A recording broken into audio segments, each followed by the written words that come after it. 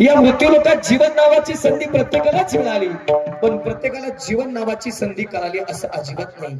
आणि ज्यांना ज्यांना जीवन नावाची संधी कळाली त्यांनी मात्र त्या संधीचं सोनं करून आपला मिळालेला काळ सार्थक करण्याचा प्रयत्न केला. महाराज म्हणतात आम्हालाही मृत्यूलोकात जीवन नावाची संधी मिळाली, पण जीवन नावाची संधी मिळाल्यानंतर आम्ही शांत बसलो नाही. ज्याने हा जीव दिला दान तयाचे करीन चिंतन जगत जीवन नारायण गायीन गुणतयाचे. ज्या भगवंतानं अनमोल किमतीचा नरजन्म आम्हाला ज्या कारणासाठी दिलाय ते कारण ते काम आम्ही आयुष्यभर करण्याचा प्रयत्न केला, याची फलश्रुती आमचा काळ सार्थक झाला. मग महाराज आम्हाला काळ सार्थक करण्यासाठी काय करावं लागेल? महाराज म्हणतायत मुखानं त्या भगवंताचं नामस्मरण करा आणि कानानं त्या भगवंताची कीर्ती ऐका. नाम वाचे श्रवण कीर्ती. महाराज जर असं केलं तर मग महाराज म्हणतायत फायदा पाऊले चित्ती समान. पाऊले या शब्दाचा अर्थ डायरेक्ट पायाकडे नाही जायचं. पाऊले या शब्दाचा अर्थ भगवंताचं होणारं समान ज्ञान. आणि ज्या दिवशी भगवंताचं ज्ञान हृदयामध्ये होतं त्यावेळेस विशालजी बाबा साठविला हरी जी हृदय मंदिरी त्यांची सरली गेलं झाला सफल व्यापार. काळ सार्थक केला त्यांनी. पण माऊली महाराज कोणी? धरीला मुनी विठ्ठल. ज्यांनी त्या भगवंताचं नामस्मरण केलं त्यांचा काळ सार्थक झाला. मग महाराज भगवंताचं कीर्तन करायचंय, भगवंताचं भजन करायचं, भगवंताचं नामस्मरण करायचंय, बाळूमामांचं चिंतन करायचंय. मग ते कसं करायचं? महाराज म्हणतायत कीर्तनाचा समारंभ निर्दंब सोहळा. दंबे करो भक्ती सोंग दाऊ जगाला चालत नाही. मोरे महाराज एखाद्याची ज्ञानेश्वरी पाठ आहे आणि त्याची जिरवायची म्हणून ज्ञानेश्वरी पाठ करणं वेगळं, ज्ञानोबराच्या ज्ञानाच्या प्राप्तीसाठी ज्ञानेश्वरी पाठ करणं वेगळं. पुढे जाऊन अजून बोलेल एखाद्याचा गाथा पाठ आहे आणि मग त्याचा हिस्सा येऊन गाथा पाठ करणं वेगळं, आणि तुकोबराच्या ज्ञानाच्या प्राप्तीसाठी गाथा पाठ करणं वेगळं. जरा पुढे जाऊन बोलू का? येईल तैसा बोल. जसं वाटेल तसं देवाचं नाव की फक्त कीर्तना स्वरात बोंबल बाकीकडे कसा काय फरक पडतो. कीर्तनाचा समारंभ निर्दंब सोहळा. असं कळत असेल तर काळ सार्थक केला त्यांनी धरीला मनी विठ्ठल. आणि शेवटी मिळोबर आहे म्हणतायत या तीनही चरणाप्रमाणे जर तुम्ही जीवन जगत असाल तर तुम्ही आहातही भगवत स्वरूप आणि पोचालाही भगवत स्वरूपाला. निळा म्हणे स्वरूप सिद्धे नित्य समाधी हरिनामे. काळ सार्थक केला त्यांनी धरीला मनी विठ्ठल. अशा काहीशा आशयाचा चार चरणाला मानवी जीवाला सार्थकतेकडे घेऊन जाणारा अभंग विधारा.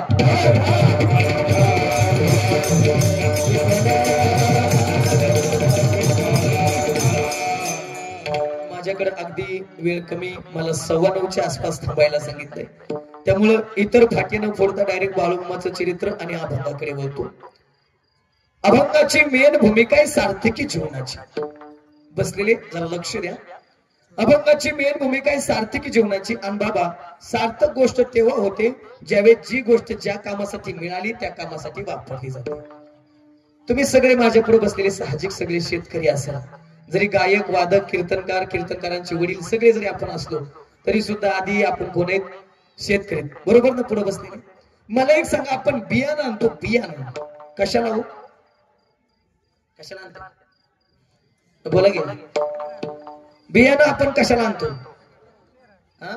शेतामध्ये पेरायला. बरं, बियाणं आणलं आणि पेरलं. पेरल्यानंतर ते बियाणं उगवलं तर त्या बियाण्याची सार्थकता का? नाही उगवलं तर उगवलं तर त्याची सार्थकता, नाही तर त्याची काय दादा? निरर्थकता. नाही उगवलं तर आपण म्हणतो लका वाया गेलं. अजून एक शब्द आहे लका, मोघम गेलं. आहे का मोघम शब्द इकडे? आपण बोलता बोलता विशाल महाराज असं बी बोलतो, एखाद्याचं बोलणं बी मोघम असतं. मोघम म्हणजे काय? बिनबुडाचं बोलणं. म्हणजे ज्याच्या बोलण्याला बुड पण नाही आणि ज्याच्या बोलण्याला शेणा पण नाही त्याला काय म्हणतात? मोगम. आणि गावात एकतरी असो मरत, म्हणजे एकतरी असं असतं ज्याच्या बोलण्याकडे अख्ख्या गावाचं लक्ष नसतं. लोक म्हणतात जाऊ द्याला का कुठे ते एअरपोर्ट मध्ये लागतात, त्याला बोललेलं 5 मिनिटांनी त्याच्या लक्षात राहत नाही, त्याच्याकडे नाही लागत, त्याला काय म्हणतात? मोगम.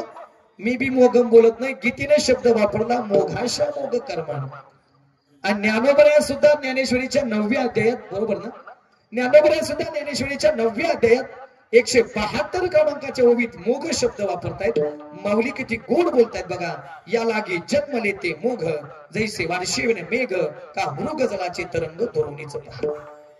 जसं पावसाविना आलेले ढग निरर्थक आहेत, जसं पाण्याविना भासणारा मृगजल व्यर्थ आहे, तसं विनेकरी बाबा जी व्यक्ती एवढा अनमोल किमतीचा दर्जन्म देऊन भजन करत नाही त्या व्यक्तीचं जीवन निरर्थक आहे.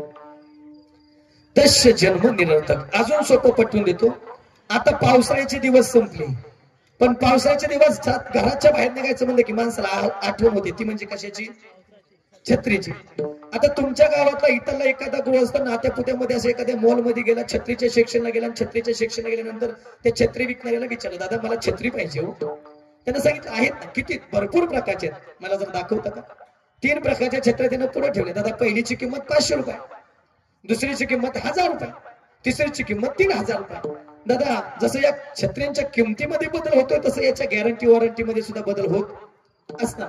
त्या पहिलीची गॅरंटी दुकानातून बाहेर जाईल का नाही सांगता येत नाही. त्या दुसरीची गॅरंटी दुसरी बळच एखादा उन्हाला पावसाला खाईल. आणि तिसरी होती 1500ची. ती 1500ची छत्री मरेपर्यंत टिकल, लाईफ टाइम टिकल. हाय का एखाद्याची छत्री नात्यापुत्यात? म्हणजे आम्हाला असते तर द्या.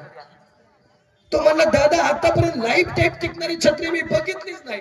मला नेमकं एक सांगा, या छत्रीचा वापर कसा करायचा म्हणजे ती टिकवता येईल. थोडा अजून इको कमी करा. ते भोंग्यामुळे थोडा इको जास्त होतोय, त्यामुळे एकदम झिरो करा. दादा मी लाईफ टाइम टिकणारी छत्री बघितलीच नाही. मला फक्त एक सांगा, या छत्रीचा वापर कसा करावा की जेणेकरून ती मरेपर्यंत टिकवता येईल. त्यानं सोपं सांगितलं. मला हिचं फक्त ऊन, वारा आणि पाऊस याच्यापासून संरक्षण करायचं. म्हणजे काय पेटवाय घ्यायची म्हणजे छत्रीचा वापर काय? निरर्थक. अजून कळत नसेल तर ऐकून जा. तुमच्या गावात एखादा गृहस्थ पुण्यासारख्या ठिकाणी गेला आणि येता येता रात्रीच्या नेमक्या 2-2:30 वाजल्या आणि आड मार्गावरती 4-5 चोरांना आड आवला, त्याचा नारळ श्रीफळ पाकिट देऊन सत्कार केला. अण्णा ती सत्कारच करत आहे, पण नारळ श्रीफळ नाही देऊन नृत्य देऊन सत्कार करीत आहे. असा गडी तुटला, बळच सुटला म्हणून घरी आला. घरी आल्याबरोबर तिनं बघितलं. तिनं म्हणजे कळतं का? तेवढं चांगलं कळतं माणसाला. नेमकं तिनं बघितलं, तिनं विचारलं, भाई झालंय काय? फार काळा ऊन आलाय. अगं काय सांगू काय गेलं? अगं जे घडलं ते सांगा. अगं काय सांगू काय गेलं ते? अगं जे घडलं ते सांगा ना. अगं 4-5 चोरांनी आरवलंय ना, असं हाणलंय. फक्त कुठं हाणलंय विष्णूकडे लय दुखत आहे भाई. पण तुमच्या कमरेला पिस्तूल होता, एखादी हाणाची ना नडकी घेऊन. तो म्हणला बरं झालं ते लपून ठेवलं तर ते बी घेऊन गेले. मग त्यानं काय दिवाळीचे टिकले वाजवतो का काय? हाण ना एखादी नडकी घेऊन. जसं विशाल महाराज पिस्तूलचा वापर निरर्थक, त्या छत्रीचा वापर निरर्थक, त्या धान्याचा वापर निरर्थक, त्या बिण्याचा वापर निरर्थक, तसं एवढा अनमोल किमतीचा नरजन्म देऊन जर याच्या जन्मानं भजन करत नसाल तर या जन्माचा वापर सुद्धा काय? निरर्थक. मिळाला कशासाठी? देवे दिला देह, भजना गोमटा तो या झाला फाटा बाधिकेचा. किंवा हात का मानव देह अल्लाने तुझको दिया, खाया पिया सुख से सोया, नाहक जमाना खोया. किंवा दिले इंद्रिय हात पाय कान, डोळे मुख बोलाया वचन, जेणे तू जोडशी नारायण नाशे जीवपण भोरग. कशासाठी मिळाला ओ मावशी? कशासाठी मिळाला देह? ओ मावशी देह कशासाठी मिळाला? देवे दिला देह, भोजना गोमटा. देवे दिला देह, भोजना गोमटा. बोला गे ओ माई. देवे दिला देह, भजना वय. मला वाटलं भोजना. तुम्हाला भोजन ऐकाय आलं का? मी भजनच म्हणत होतो, पण तुम्ही भोजनाकडे गेला. बरं जाऊ द्या. भोजन तर भोजन. स्वयंपाक बनवता का इकडे तुम्ही? करवाजणीत स्वयंपाक घरी बनवता, करवाजणी ठेवलेत घरी बनवता ना? बरं चला ऐका. स्वयंपाक बनवायचं म्हणलं किती बी छोटे घर असू द्या, किती बी मोठे घर असू द्या, कमीत कमी सकाळी 1 तास आणि संध्याकाळी 1 तास माई स्वयंपाकाला लागतो ना. मग त्या 2 तासामध्ये तुमच्या पायाला काम इकडे तिकडे चालायचं, तुमच्या हाताला काम चपाती लाटायची, भाकर थापायची, भाजी चिरायची, कांदा चिरायचा. बरोबर आहे ना? या तोंडाला काय काम आहे? नातेपुती आदमापूर, नातेपुती पंढरपूर, नातेपुती आदमापूर, नातेपुती पंढरपूर. हेच ना? प्रत्येक कणकीत चारण मार आम्हाला तेवढंच राहिले आता. मग हे म्हणण्यापेक्षा हे करण्यापेक्षा मी सांगतो ते करा. एकदा सगळ्यांनी हातवरती करा, सगळ्यांच्या हातवर. जय बाळू मामा, जय बाळू मामा.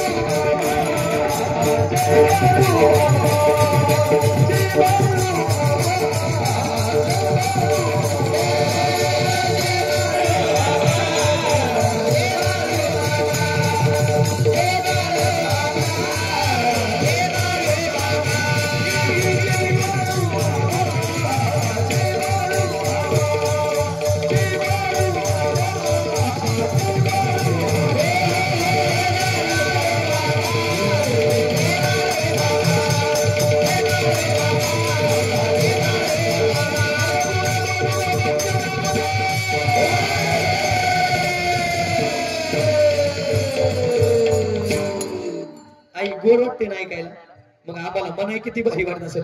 फक्त एक काम करा, एवढं 2 तास त्या आदमापूरच्या मामाचं भजन करून स्वयंपाक बनवा. याचा फायदा जर आदमापूरच्या मामाचं भजन करून जर स्वयंपाक बनवलं तर ते भोजन राहणार नाही, तो महाप्रसाद होईल.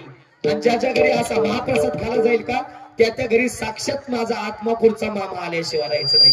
आणि जर वाटत असेल आपल्या घरी आत्मापूरचा बाळूमामा यावा तर कमीत कमी 2 तास त्या बाळूमामाचं भजन करा. आणि अजून एक फायदा सांगू का, ते पिते ती का, ते पेते ती का, ज्यांचा पेतो त्यांनी हातवर करा बरं. काय करू लय हानत्यान, इथं तरी गप असते पण घरी गेल्यावर लय हानत्यान. फक्त डोक्यात ठेवायचं बाई माझा पेतो गे खरंय खरंय खरंय खरंय एवढं डोक्यात ठेवायचं. फक्त मी सांगतो तेवढं ऐका, 2 महिने सुटली म्हणून समजायचं. जन ओद घातलेलं आहे, मेंढराकडे कोणी जाऊ नका. दर्शन बंद आहे. आता सगळ्यांनी येऊन पुढे बसा. माझ्या दर्शन बंद आहे, एकाली सगळी माणसं पुढे या. जेवढे पुढे गेले तेवढ्यांचं दर्शन होईल. आता ओद घातलेलं आहे. ऐका ऐका, लक्ष द्या माझ्यावर. असं डोळं बसून बघा जरा, इकडे इकडे हा इकडे इकडे हा. ते 2 तास फक्त मी सांगतो तेवढं करा. 2 महिने त्यांची सुटली म्हणून समजा. फक्त बाळूमामाचं भजन करून स्वयंपाक बनवा आणि तो 2 महिने खाऊ घाला. जर नाही सुटली तर आज या शेंडगे बंधूंकडे परत जायचं आणि सांगायचं महाराजांनी सांगितलं होतं सुटणार, नाही सुटली तर माझं पाकिट परत माघारी. कारण मला तेवढा विश्वास आहे. अन्न दोष अन्न महात्म्य, संघ दोष संघ महात्म्य, भूमी दोष भूमी महात्म्य मान्यच करावं लागेल. आता माझ्याकडे तेवढा वेळ नाही ते पटवून द्यायला, मला बाळूमामाच्या चरित्राकडे वळायचं म्हणून तेवढा फायदा सांगतो. आणि अजून जरा पुढे जातो. महिला मंडळ ते तोंडाचा जाऊ द्या, पण डोळ्याला काय काम आहे. आमच्या वारकरी संप्रदायात सांगितलं जातं डोळे तुम्ही घ्यारी सुख पहा पहा विठोबाचे मुख. अन्न हे विठोबाचे मुख नाहीत बघत, हे तुला पाहते रे माझ्या नवऱ्याची बायको, तुझ्या जीव रंगला रंग माझा काळा. आणि शेवटी बिचारी लागेल झाल्याशिवाय झोपत बी नाही. काय मिळतं बरं तुम्हाला असल्या मालिका बघून. सासू सुनाची भांडणं, ननंद भाऊजाची भांडणं, जावाची भांडणं, तसल्या मालिका घेऊन आपल्या बी घरी तसलंच पेटत आहे. तसल्या मालिका बघण्यापेक्षा कधीतरी टीव्हीला जय बाळूमा नावाची बाळूमाची मालिका चालू आहे ती बघा. छत्रपती शिवाजी महाराजांची, छत्रपती संभाजी महाराजांची रोज झी टॉकीजला कीर्तन कथा चालू आहेत त्या बघा. आणि जर आपल्या मुलांना घेऊन ते बघितलं ना तर आपल्या बरोबर आपल्या मुलांवरती सुद्धा संस्कार चांगले झाले शिवायचे नाही. म्हणून मुलांसाठी तुमच्यासाठी जाऊ द्या, आता तुम्ही जवळ जमायत तुमचं जाऊ द्या, पण कमीत कमी मुलांवर तरी चांगले संस्कार हवेत म्हणून ते बघा. बरं तुमच्या टायमाला गडी लय हसल्या, थांबा गाड्यांकडे बी जातो. गाडी हो तुम्ही बी गाडी चालवता बरोबर आहे का. ते गाडी चालवताना तुमच्या हाताला काम आहे, पायाला काम आहे, तोंडाला काय काम आहे. गोवा गुटखा मावा तंबाखू वाटोळ झालं त्याच्यामध्ये. तसलं करण्यापेक्षा कधीतरी मी म्हणतो तेवढं तोंडानं म्हणा.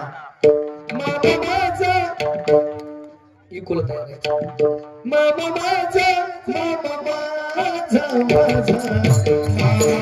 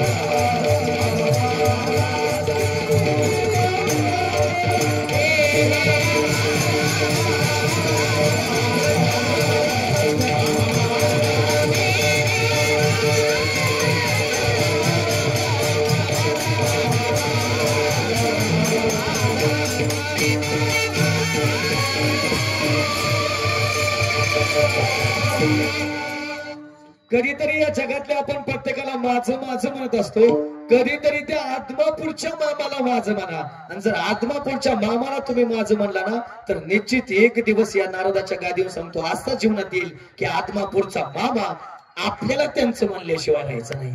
आणि ज्या दिवशी आपला मामा स्वीकार करेल त्या दिवशी निश्चित आपला जन्म सफल झाल्याशिवाय राहणार नाही. वाटत असेल जन्म सफल व्हावं तर या जगातल्या प्रत्येकाला माझं माझं म्हणण्यापेक्षा, आणि खरं सांगू का, ही गबाळ आहे का, हे आपलं नाही. ही गबाळ कसं माहिती का, जोवरी चिळण गा मनते बांधोनी आदेवी आमची हाती हाती भूषणी किती भूषणी किती काढून ती रिपीट वाढल्या तो रिपीट अख्खा कधी करा तुम्ही. एको देण्याच्या भानगडीत लई पडू नका, फक्त गाताना दे. कधी ही गबाळ आहे ना, ही तुमचं पाठ आहे सगळ्याचं. नाही रे नाही कोणाचे कोणी, तुझे नवे रे कोणी, अंती जाशील एकला प्राणे माझे माझे म्हणे. आपला एकच आहे अंतकाळीचा सोयरा, तू का म्हणे विठुदारा. त्या आदमापूरच्या मामाला आपलं म्हणा निश्चित इको कमी करा, निश्चित तो मामा आपल्याला त्यांचं म्हणल्याशिवाय. मग तुम्ही म्हणाल महाराज रोजचं कीर्तन असेल, तुम्ही पंढरपूरच्या पांडुरंगाचं ज्ञानोबरायचं तुकोबरायचं भजन करायला सांगता. महादेवाचं कीर्तन असेल महादेवाचं, देवीचं कीर्तन असेल देवीचं, मसोबाचं कीर्तन असेल मसोबाचं सांगितलं. मसोबाचं अजून दाखवलं नाही मला चिंता काय ती, फक्त मसोबाचं कीर्तन केलंय. दर्शन बंद झालेलं आहे, तिकडे कोणीतरी एक जण सांगायला थांबायला सांगा. दर्शन आता बंद आहे, ऊद घालायचा कार्यक्रम चालू आहे. आता कीर्तन झाल्यानंतर दर्शन कार्य सुरू होईल. मग महाराज तुम्ही आज बाळूमामा सांगता. बाळूमामा नेमके कोण आहेत हे आमच्या लक्षात येऊ द्या, म्हणजे आम्ही बाळूमामाची भक्ती करेल. बाळूमामाच्या मुखातलं वाक्य बाळूमामाच्या शब्दात बोलण्याचा प्रयत्न करतो, ऐकून जा. बाळूमामा तर ऐका, तुम्हाला वाटत असेल पंढरीचा पांडुरंग आणि बाळू धनगर यागलाय, तुम्हाला वाटत असेल काशीचा विश्वेश्वर आणि बाळू धनगर यागलाय, तुम्हाला वाटत असेल भगवान श्रीकृष्ण बाळू धनगर यागलाय. आणि तसं नव्हतं. जो पंढरपुरात विटेवरती उभा आहे ना तो पण हा बाळू धनगरच आहे. जो काशीमध्ये काशी विश्वेश्वर आहे तो पण हा बाळू धनगरच आहे. आणि जो भगवान श्रीकृष्ण आहे हा सुद्धा बाळू धनगरच आहे. अरे तुम्ही या बाळूमामाची भक्ती केली काय, आणि पंढरपूरच्या पांडुरंगाची काशीच्या काशी विश्वेश्वराची भक्ती केली काय, ती मलाच पोच होणार आहे. जाणं पंढरपूरला मार्ग वेगळे, पण जाणं निश्चित कुठे आहे, पंढरपूरला. तुम्ही कोणाची भक्ती करा ती मला पोच झाल्याशिवाय राहणार नाही. आणि बाळूमामाच्या मुखातलं वाक्य ऐकून जा. बाळूमामा म्हणतात अरे ऐका, तुम्ही मला माना अथवा नका मानू, तुमच्या मान्यानं माझं अस्तित्व आहे असं बी होत नाही, आणि तुमच्या न मान्यानं माझं अस्तित्व नाही असं बी होत नाही. तुम्ही मला मानलं तरी मी आहेच, आणि तुम्ही मला नाही मानलं तरी मी आहेच. पण एक गोष्ट लक्षात ठेवा, ज्यावेळेस हा बाळूमामा तुम्हाला मानायचं सोडून देईल का, त्या दिवशी निश्चित तुमच्या दारात हजारोची गर्दी गोळा केल्याशिवाय राहायचं नाही. हा शब्द या बाळूमामाचा. आणि महत्वाचं बाळूमामाच्या मुखातलं विशेष वाक्य, अरे जो मला हाय म्हणल, अरे जो मला हाय म्हणल त्याला मी कायमचा हायसा, आणि जो मला नाही म्हणल त्याला मी कायमचा नाहीसा. बघा, कायमचा नाहीसा. बाळूमामाच्या मुखातलं वाक्य. लोक म्हणले रे साधा धनगर समाजातला माणूस, डोक्याला फेटाय, खांद्यावर घोंगडे, हातामध्ये काठी, स्वतःला बाळूमामा म्हणजे महादेवाचा अवतार समजतो. कसं शक्य? मामा म्हणले नाही विश्वास. आणि बघा बरं का, काटकर महाराज संतांवरून देवावर लोकांनी विश्वास ठेवलाच नाही. कारण संत नवती जगा मानसा सारिके, समुद्र नदी नवी पैगा पाषाण म्हणून लिंगा दोन्ही दिसती सारिकी वर्म झाली. संतांच्या तर आपल्या बाहेरच्या क्रिया दिसणं बाहेरचं सारखं असलं तरी त्यांच्या आपल्या अंतरीच्या क्रिया मात्र निश्चित भिन्न आहे. लोक म्हणले सामान्य माणूस महादेवाचा अवतार कस काय स्वतःला समजतो. मामा म्हणले प्रूफ करून दावतो. दुसऱ्या दिवशी मामा शेतामध्ये मेंढर चरायला गेले. मेंढर चरून येत असताना चिखलामध्ये पाय भरवले, पाय भरके घेऊन तसेच मेंढर तळावरती आणली, मेंढर कुंडली आणि तसेच भोजन करायला बसले. आणि भोजन करून तसंच मामा आपल्या बाजेवरती लवणले. सगळ्या सेवकांना सांगितलं काशीला जे जे गेले त्यांच्या लक्षात येईल. अन्न घेतलं तुम्ही तिथं काशीच्या काशी विश्वेश्वराला पहाटे 4 वाजता स्नान घातलं जातं, बरोबर ना? त्या काशीच्या काशी विश्वेश्वराला पहाटे 4 वाजता ज्यावेळेस स्नान घातलं जातं का त्यावेळेस या बाळूमामाचे पाय न धुता स्वच्छ होतात. लोक म्हणलेला घरात उठून बाहेर बसले, संशय अविश्वास म्हणजे रातचं उठून बाहेर बसले. कोण 10 मिनिटं जागायचं मोरे महाराज, कोण 15 मिनिटं जागायचं, कोण अर्धा तास जागायचं.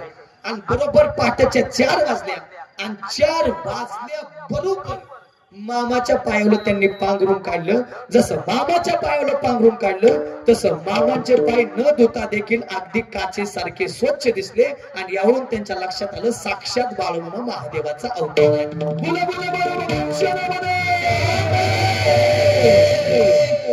अजून मी लक्षात येत नसेल तर ती जय बाळूमामा नावाची मालिका सगळ्यांनी बघितली असेल. त्या मालिकेचं टायटल सॉंग आहे. त्या टायटल सॉंग मध्ये सांगितलंय बाळूमामा अवतार कुणाचे. आता ऐका. बाळूमामा वै देव वै देव